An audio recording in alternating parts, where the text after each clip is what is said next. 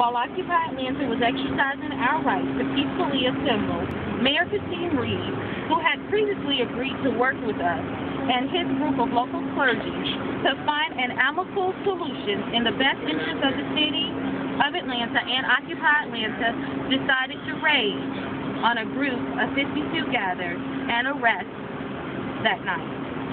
Earlier that afternoon, the clergy that Mayor Reed put together came into the park to ask for a meeting. Occupy Atlanta informed them that the earliest that we could meet would be Thursday at 12 noon, Bethlehem Church. We reached this agreement and understood that the meeting that we had would not be the meeting to discuss the issues, but simply a meeting to come up with a time. Later on that night, or as the evening progressed, there was a large presence of police.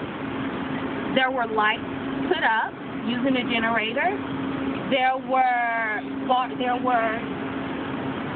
park was barred where no one could come in or out around the street. We knew that at this time things had progressed. During the day we had a presence of helicopters that flew around throughout the day. There has been several security issues surrounding this. The issues included a generator that was used, which can be purchased at Home Depot and used at many football games. With this issue of security, which the mayor also stated was one of the reasons why he decided to raid on Occupy Atlanta, that night generators were used to lift up lights on our raid, and that was by the city of Atlanta. There's also been concerns addressed about a man with a gun in the park. There was a man with a gun in the park Tuesday, and he immediately told the police, "There's a man here with a gun. Could you guys please help us?" The police were not able to because that would have been in violation of the Second Amendment right. So we had to then be responsible for our own safety. We had our Title Community team, and they were on it, and they stayed with them because the police would not help us. Andrew Young arrived at the park, and we were the only ones responsible for the safety of a civil rights icon. The man with the gun was a autonomous protester who came not in support of our message, but in support of our right to express our message. And just to say that weapons being present at recent American protests is not a unique occurrence.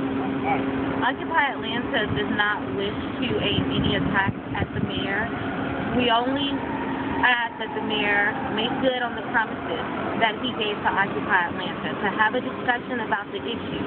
The issues that we are addressing are the issues that we believe the mayor should also be addressing. And we ask for unity in that because our message affects the city of Atlanta and each and every person that is here.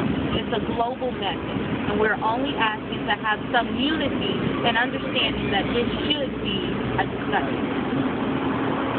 What is the connection with SCLC these days? Tell me.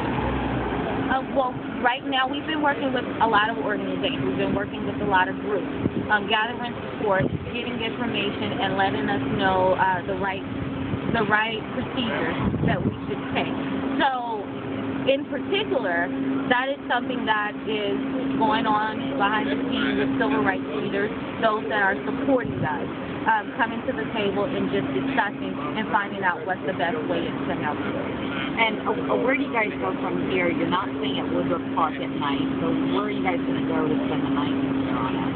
Well, we will inform, we will let you know as we come up with plans. We are now using this week to regroup and to see what we're going to do to reoccupy. This is an Occupy movement, which means we have to occupy. And that is what Occupy Atlanta plans on doing. We don't plan on going away. We are still here in Woodrow Park. It is an open park. It's open to the public. We have a right to be here. We understand that at 11 o'clock the park is to be cleared. We completely understand that, but we also understand that it is our right to exercise what we are feeling and what we have to say to the city of Atlanta in peaceful protest as well.